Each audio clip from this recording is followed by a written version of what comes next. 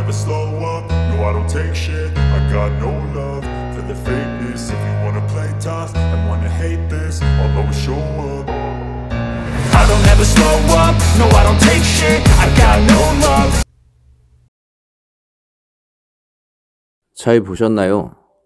SNS와 유튜브 같은 여러 매체를 통해서 허리 전만을 조롱하는 내용을 심심치 않게 접할 수 있습니다.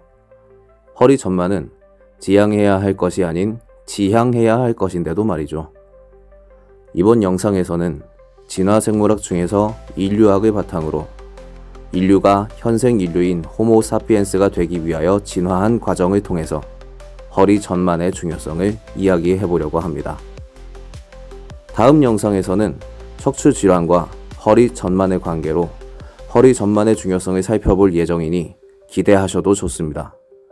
아쉽게도 예고편은 없지만요. 유전적으로 인간과 가장 가까운 유인원에는 침팬지와 침팬지의 한 부류인 보노보, 고릴라, 오랑우탄, 긴팔 원숭이가 있습니다. 인간과 가장 가깝다고 할지라도 인간과 이들 유인원을 구분짓는 가장 핵심적인 특징이 있는데요. 그것은 사족 보행을 하는 다른 유인원들과 달리 오직 인간만이 직립 이족 보행을 한다는 것입니다. 현생 인류가 출현하기 위한 진화의 여정에서 가장 먼저 일어난 해부학적 변화가 바로 허리의 전만입니다. 인간은 직립 보행을 하기 위해 진화함으로써 허리의 전만이 발달됐습니다.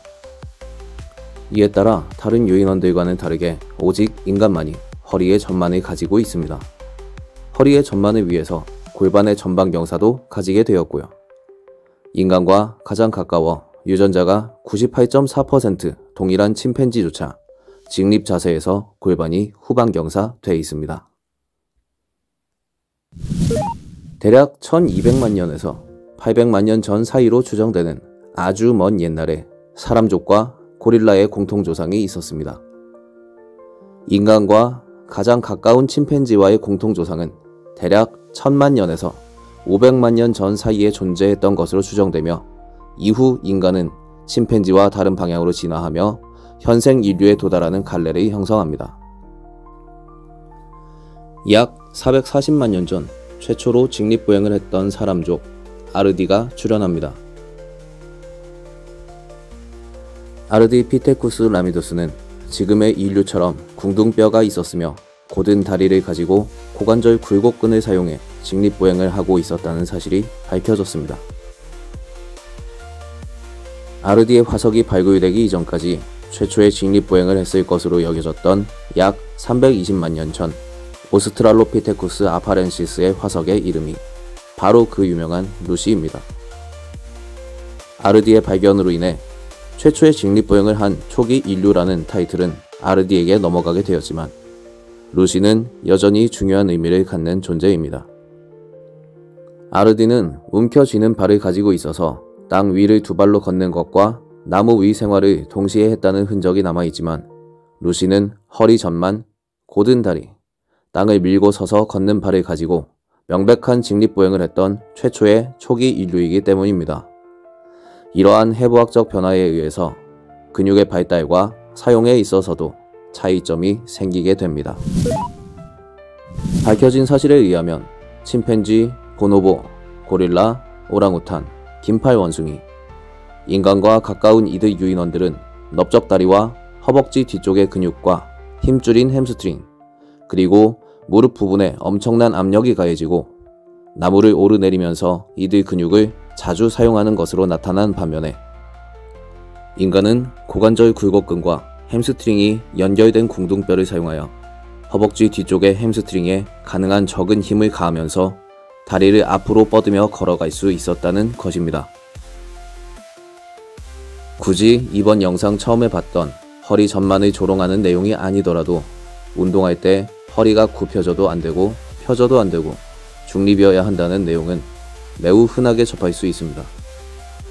하지만 현생 인류가 되는 진화의 여정에서 허리의 전만이 가장 먼저 해부학적 변화로 나타났으며 현재 호모 사피엔스의 직립 자세 동안에 허리는 약 45도 정도의 전만 각도를 이루면서 펴져 있는 것이 중립이라는 것과 운동할 때 안전한 각도 또한 거의 다를 바 없다는 것을 눈여겨볼 필요가 있습니다. 기억은 유전자를 통해서 유전됩니다. 진화가 기억을 만나서 나타나는 심리적인 현상, 진화 심리학을 바탕으로 한 흥미로운 연구 결과 두 가지를 살펴보겠습니다. 터키 빌켄트대 연구팀은 남성 실험 참가자 100명에게 허리와 엉덩이 사이의 각도가 서로 다른 여성 실루엣을 보여주고 가장 매력적으로 느껴지는 실루엣을 고르도록 한 결과 요부 만곡이 45도에 가까울수록 매력적인 여성으로 평가한 것으로 나타났습니다. 그렇다면 남성들은 요부 만곡이 45도인 여성과 요부 만곡이 45도는 아니더라도 엉덩이가 풍만한 여성, 꾸준한 운동으로 둔부 근육이 탄탄하게 잡혀 힙업이 된 여성 중 어떤 여성의 실루엣을 선호할까 궁금해진 연구팀은 200명의 남성을 대상으로 엉덩이의 풍만함, 힙업 등으로 다양한 실루엣의 여성을 보여주며 2차 실험을 진행했습니다. 결과는 1차 실험과 동일했습니다. 남성은 엉덩이의 모양과 관계없이 요부 만곡이 이루는 각도가 45도인 여성의 실루엣을 가장 선호하는 것으로 나타났습니다. 미국 성형외과 학회가 발행하는 성형재건외과 저널에 실린 종전 연구 결과에 따르면 각각 500명으로 이루어진 25세에서 34세 남녀 1000명에게 컴퓨터를 이용해 만든 여성 엉덩이 사진 8장을 보여준 뒤 그 매력을 평가하도록 요청한 결과 가장 매력적인 여성 엉덩이로 허리 엉덩이 비율이 0.65인 엉덩이를 꼽았습니다.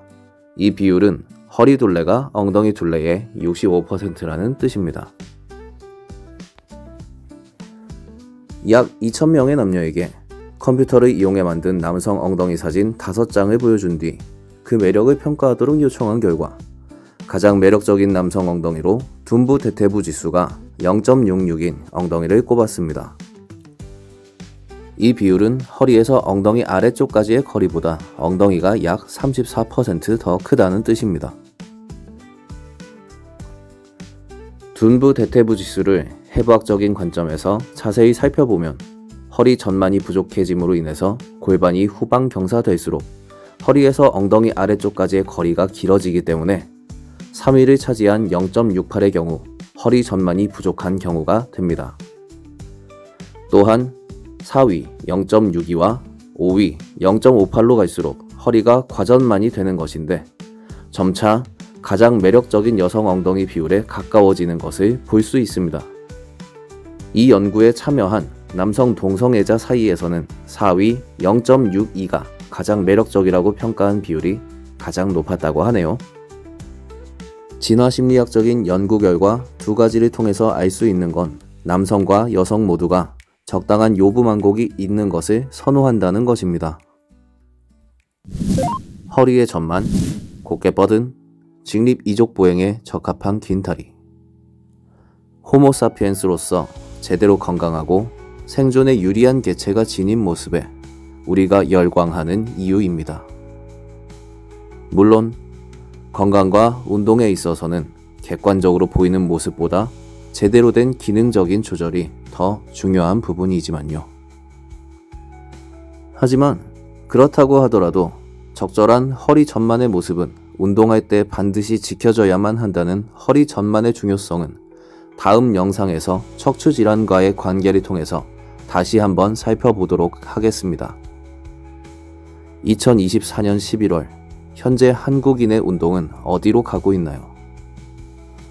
운동 경력 30년차 움직임 회복 전문가의 눈동자에 담긴 사람들의 모습은 유인원을 닮은 요부만곡으로 가득한데 허리 전만을 혐오하여 우리가 얻은 것은 무엇인가요? 이상 머스큘러로지 채널의 신유수였습니다. 시청해주셔서 감사합니다.